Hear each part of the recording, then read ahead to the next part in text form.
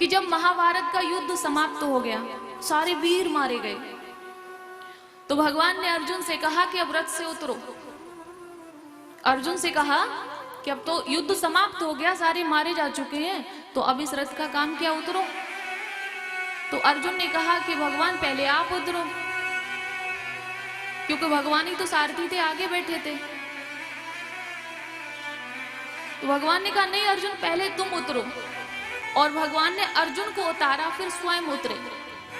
और थोड़ी दूर आगे जैसे ही बढ़े, वो रथ धू धू कर जल के भस्म हो गया। जैसे ही भगवान उतरे, रथ जल के राख बन गया। अर्जुन ने भगवान से कहा कि प्रभु ये क्या है,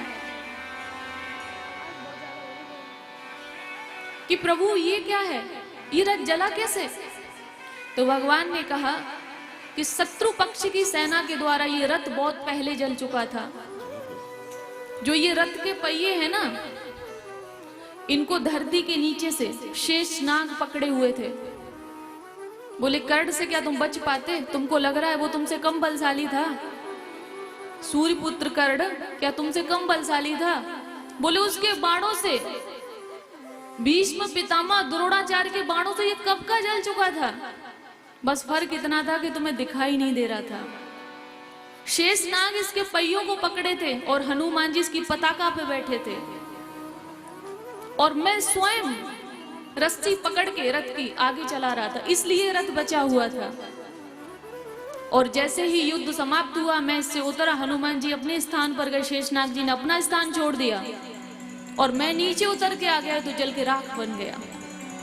हमें लगता है कि हम कर रहे हैं कुछ, हमें ये लगता है कि हम कुछ कर रहे हैं। हम सिर्फ माध्यम हैं, करता धरता तो भगवान है। तो भगवान ने ऐसी बहुत सी शिक्षा, बहुत सी सीख हमें दी है।